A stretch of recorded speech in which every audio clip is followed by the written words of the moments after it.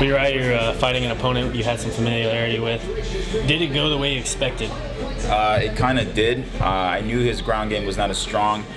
However, he's very strong. I mean, the guy had a death grip on my arms when I caught his leg and he fell to the floor.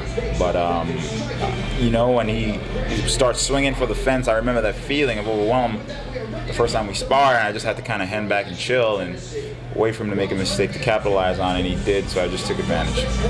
And you weren't standing for too long, but you had said at media day that he was kind of weird, you know. Did you still get that same sense about him? I did, but I kind of got the idea, and guys like that, you know, as much as they're weird, it's a different type of fighting style, and that's when you get that, what was that, you know? So you still got to be careful.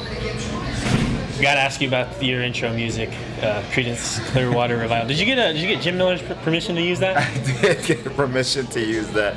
I'm in Nashville, Tennessee, man, and you know what? I've been exploring this place. I haven't gone too far out where the hotel area is, but for the small part that I've gone out, everyone's just been friendly, and I just love the culture and, you know, how you guys just love music and live music and lots of bars. There's like a bar in every block, but you know, every bar had a different type of theme, and it was just a different atmosphere. So I really enjoyed my small time being here. So I just wanted to clarify, you actually talked to Jim to get permission to use the song? Jim? Yeah, Jim Miller. I mean, he doesn't own the song, but oh no, no! I thought you meant Clarity from the UFC. Sorry, Jim. You're a cool guy. I've just borrowed the song. I'm gonna give it back. It was only for this one-time Nashville thing. It's all yours, brother. What's funny, you know, you'd almost sound like you were disappointed a little bit in your performance. Were there things that you're just like, I really wish I would have did this, or was there something that was nagging about when your performance out there? Not really my performance. It was just more of my journey. You know, I mean, for me personally, every fight I just want to showcase a lot of stuff. But then, smallly, I started thinking, am I doing it for me, or am I doing it for the crowd? And a win is a win, you know. I mean, I didn't plan on doing that. It just kind of happened, and I just took advantage of it. But it's more of my journey, man. I came a long way. I had some ups and I had some downs, and you know, I'm in it for a long time. So, and you know, if I can in a moment inspire someone, I hope I did.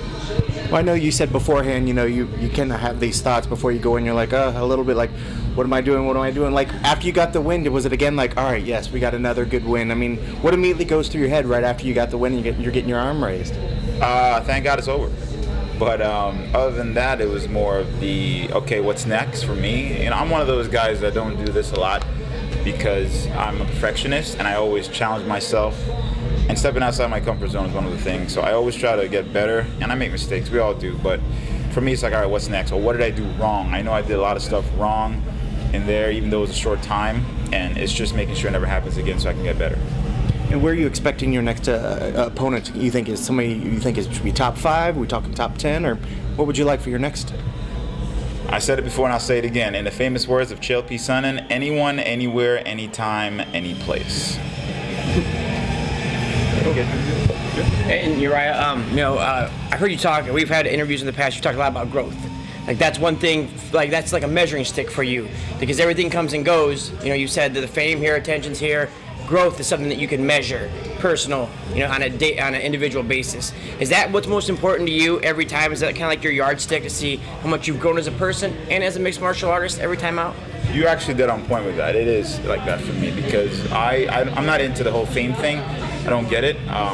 You know, people call me a celebrity. I don't think I am because I don't want to be treated differently. I feel like I'm normal just like everyone else. I bleed the same, you know, and I don't want to be categorized as, I don't know, someone on a pedestal. That's not who I am. I don't really put anyone up there. There are like heroes in my life that I say, oh my God, thank you for doing this to influence me in my life, but I don't want to be recognized as that. And for me, mostly it's just to inspire. I came from a different background. Bullying was more of the mature state of the whole thing, so that's one of the things I'm focused on.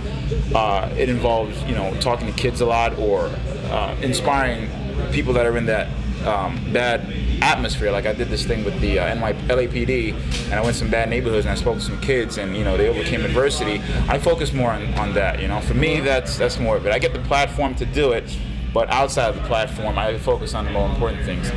The stuff that people don't see, basically. Yeah. You know? But you're a man standing here today, just did what you did out there, but you've come through a lot of that roller coaster of expectation of, oh, hey, this is what we want you to be, this is what we think you are. But here you are now. So like you said, it's the journey, right? It's all about the journey. You know, my journey is my destination, man. There is no real destination, but it's more of my journey. I'm a martial artist, so it's one of the things we were taught to just focus more on the growth of an individual and, you know, technical wise and getting better, martial arts wise. The fame comes and goes, you know, but it's what you can do in that small period of time that I'm focused on. And you know what? It's okay.